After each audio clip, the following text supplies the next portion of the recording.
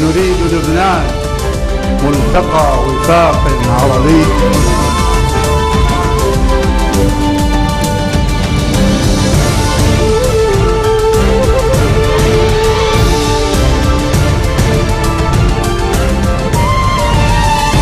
Nouvelle édition de la rédaction, merci d'être au rendez-vous. À la une de l'actualité, le Premier ministre désigné Saad Hariri rencontre en ce moment même le président Aoun au palais de Babda.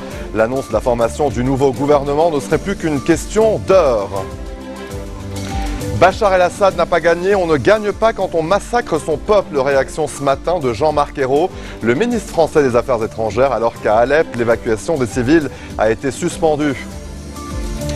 3 responsables de l'organisation djihadiste État islamique directement impliqués dans des attentats hors de Syrie ont été tués, annonce du Pentagone. 2 de ses dirigeants ont aidé à la préparation des attentats du 13 novembre 2015 à Paris.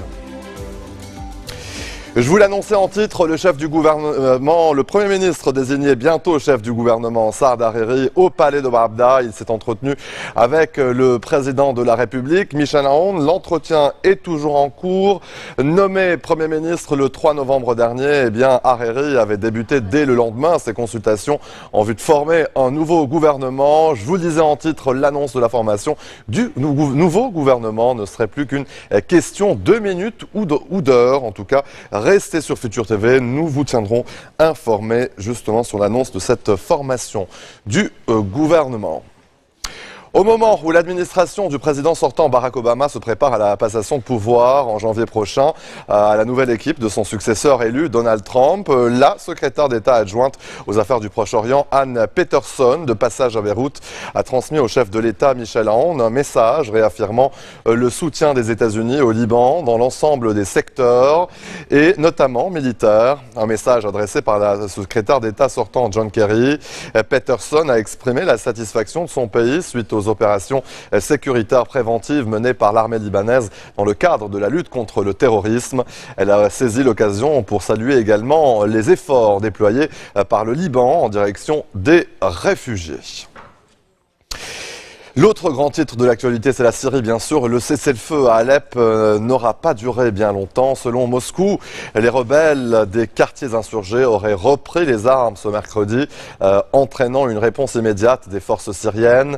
Cette résistance pourrait durer 2 ou 3 jours, selon Sergueï Lavrov, le ministre russe des Affaires étrangères.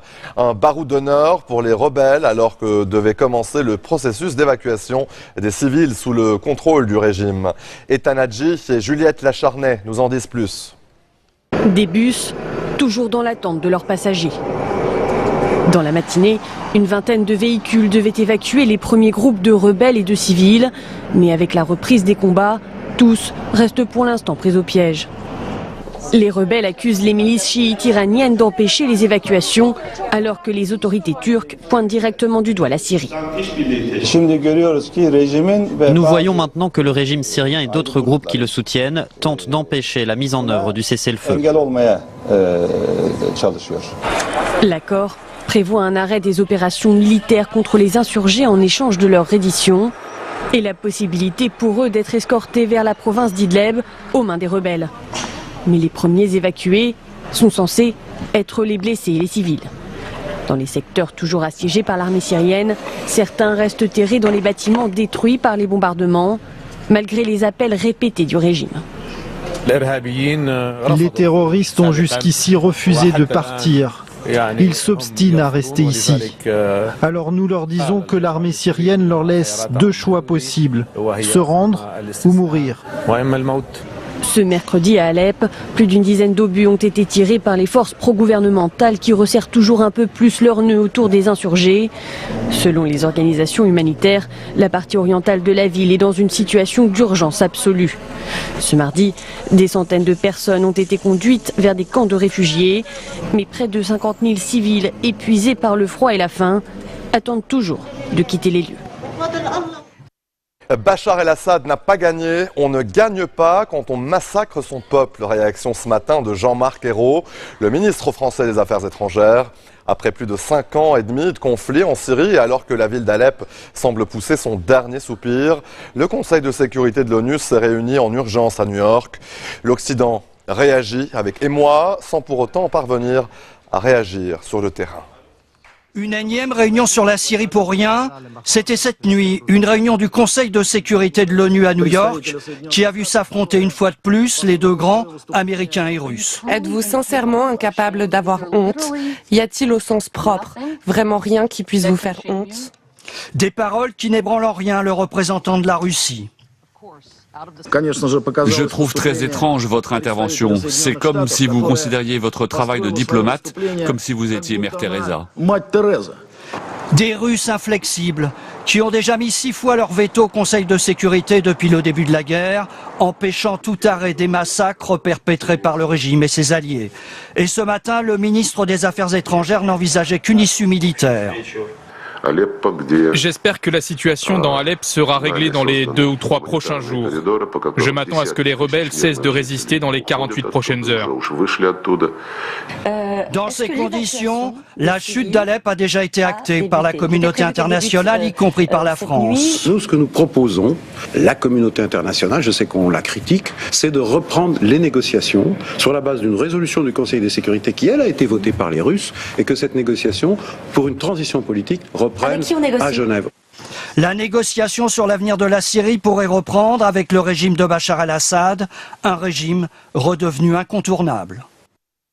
Cela faisait 3 ans et depuis mars 2013 que le pouvoir syrien tentait de reprendre Alep, l'ancienne capitale économique d'Assyrie, essuyant parfois de cuisants échecs, à l'instar de l'offensive ratée de février 2015.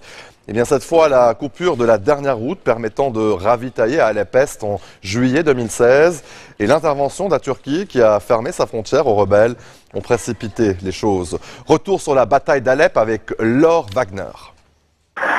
Mai 2011, des milliers d'étudiants manifestent dans les rues d'Alep. Ils protestent contre le pouvoir du président syrien Bachar el-Assad et réclament plus de liberté. Un mouvement de contestation politique qui s'inscrit dans la lignée des printemps arabes. 1 an plus tard, c'est la guerre civile en Syrie et Alep est l'un des principaux champs de bataille. Les rebelles de l'armée syrienne libre s'emparent de près de la moitié de la ville en juillet 2012.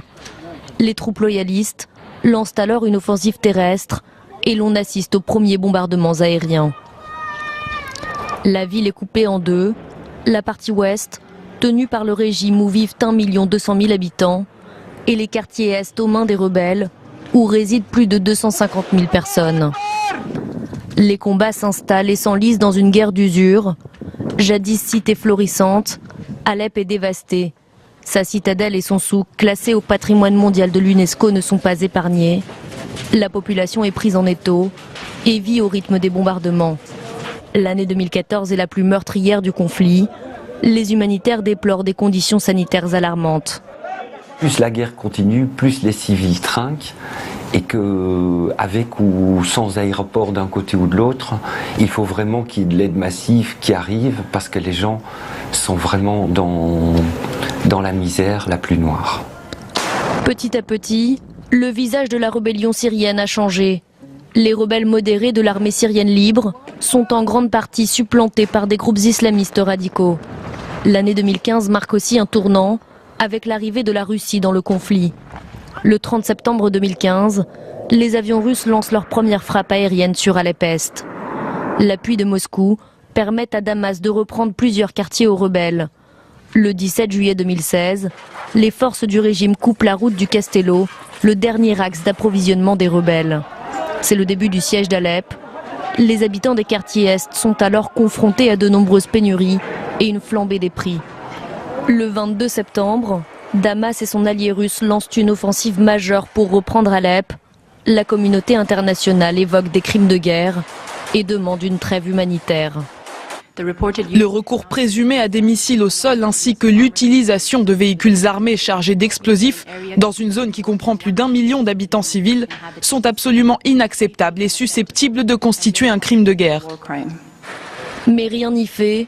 Avec l'aide de Moscou, Damas reprend un à un les quartiers insurgés et notamment la vieille ville mercredi dernier, brisant ainsi l'espoir de reconquête des rebelles.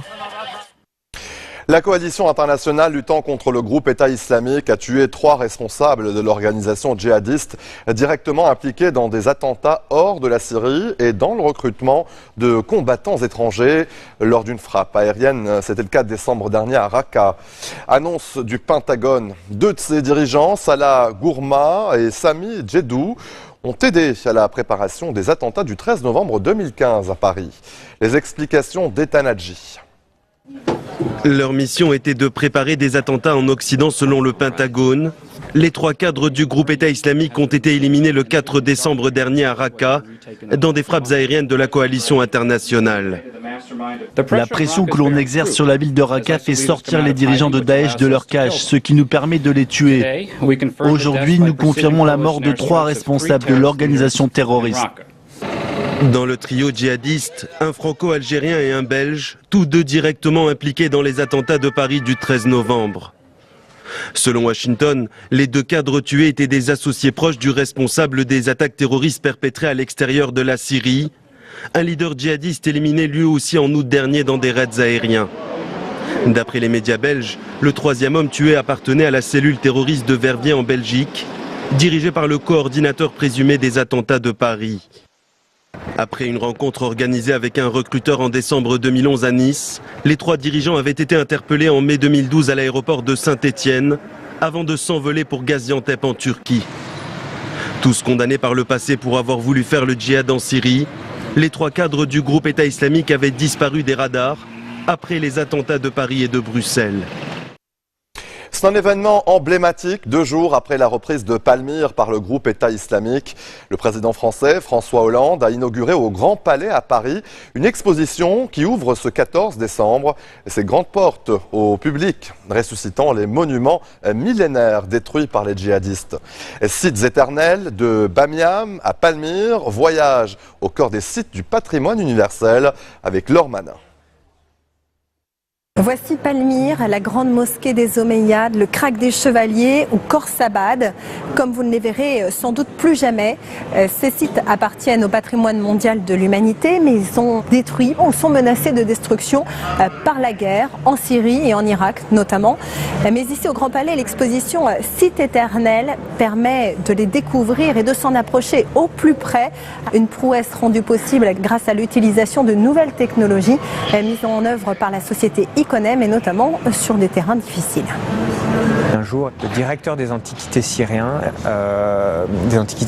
Mamoun Abdelkarim, nous a appelés pour nous dire « Venez vite en Syrie, le site de Palmyre va être à nouveau accessible ». Donc on a été les premiers spécialistes, les premiers archéologues à arriver sur le site. Et en 4 jours, on a pu documenter les différents monuments qui ont été détruits. Et donc c'était un procédé qui nous a permis de travailler avec une ville, un site qui était toujours en cours de déminage, avec effectivement des explosions assez fréquentes. Les équipes travaillent sur d'autres villes comme Alep pour tenter de préserver ce qui peut encore l'être. C'est trop tard pour d'autres trésors de l'humanité. Les statues de Bouddha à Bamiyan en Afghanistan avaient été pulvérisées par les talibans. À une époque où les destructions de biens culturels étaient encore principalement des dommages collatéraux des conflits et non pas des actes de guerre voulus comme c'est le cas aujourd'hui. L'exposition Sites éternels sublime ces monuments blessés. Elle est gratuite et ouverte jusqu'au 9 janvier. Allez, restez des nôtres, on se retrouve après cette très courte pause. A tout de suite.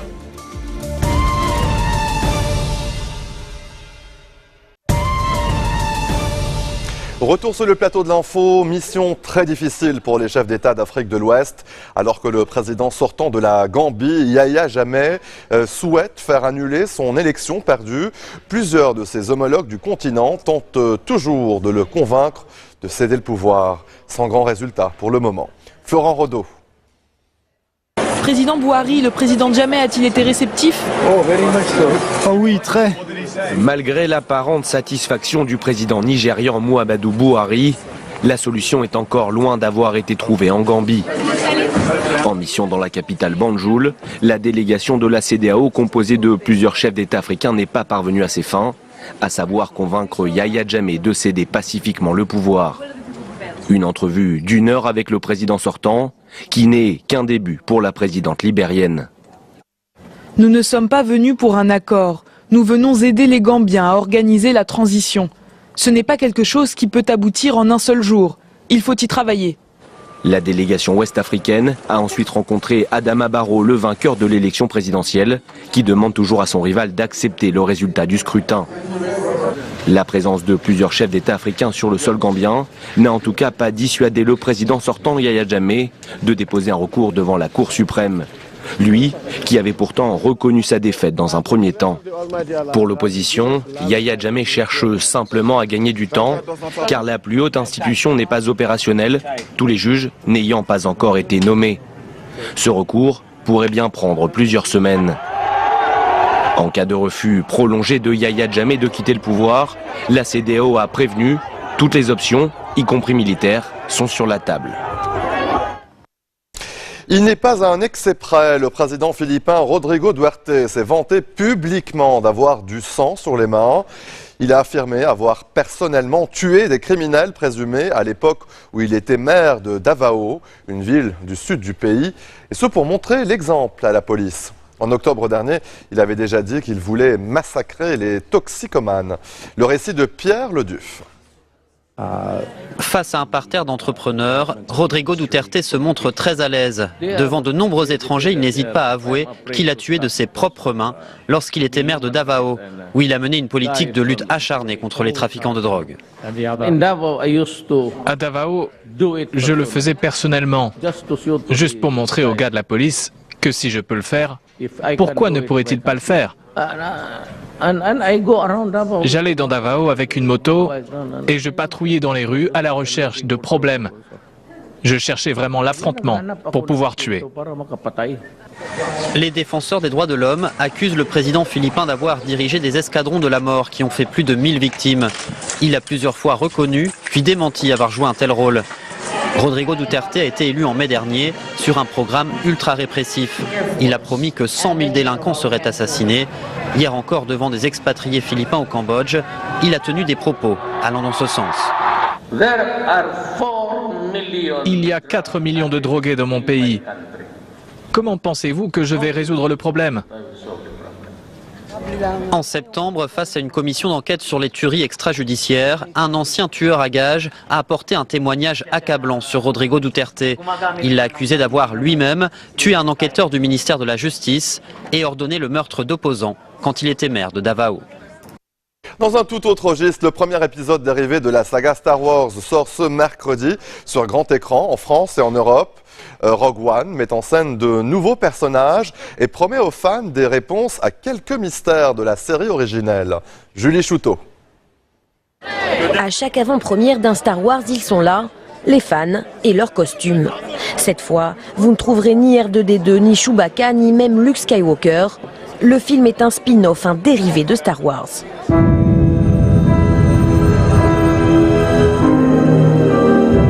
Des personnages différents de ceux de la saga, mais l'atmosphère, l'univers et les enjeux sont les mêmes. The world is coming undone. Imperial flags reign across the galaxy. 2 autres films dérivés sont prévus en 2018 et 2020. Leurs sorties s'intercaleront avec celles des Star Wars. Ainsi, un volet de l'univers Guerre des Étoiles sortira chaque année. Disney, qui a racheté la franchise en 2012, occupe le terrain en permanence. Il faut dire que Star Wars est un business astronomique et ce ne sont pas les places de cinéma qui rapportent le plus. Jouets, peluches, masques, costumes et autres produits dérivés sont encore plus lucratifs. Ces jouets, fabriqués notamment par Lego et Mattel, ont rapporté 12 milliards de dollars, tandis que les 6 films Star Wars ont généré presque 3 fois moins. Pour la sortie de Rogue One, les fabricants ont encore misé sur les produits dérivés. Pour la toute dernière version du sabre laser équipé d'une lumière LED, il faut compter pas moins de 400 $. Mais pour les fans de la saga, la force du Jedi n'a pas de prix. Et c'est sur ces images que l'on se quitte. Le rappel des titres. Le Premier ministre désigné Saad Hariri rencontre en ce moment même le président Aoun au palais de Babda. L'annonce de la formation du nouveau gouvernement ne serait plus qu'une question de minutes ou d'heures. Bachar el-Assad n'a pas gagné, on ne gagne pas quand on massacre son peuple. Réaction ce matin de Jean-Marc Ayrault, le ministre français des Affaires étrangères, alors qu'à Alep, l'évacuation des civils a été suspendue. 3 responsables de l'organisation djihadiste État islamique directement impliqués dans des attentats hors de la Syrie ont été tués. Annonce du Pentagone. 2 de ses dirigeants ont aidé à la préparation des attentats du 13 novembre 2015 à Paris. Merci de votre attention. Restez des nôtres pour la suite de vos programmes. À très bientôt. نريد لبنان ملتقى وفاق عربي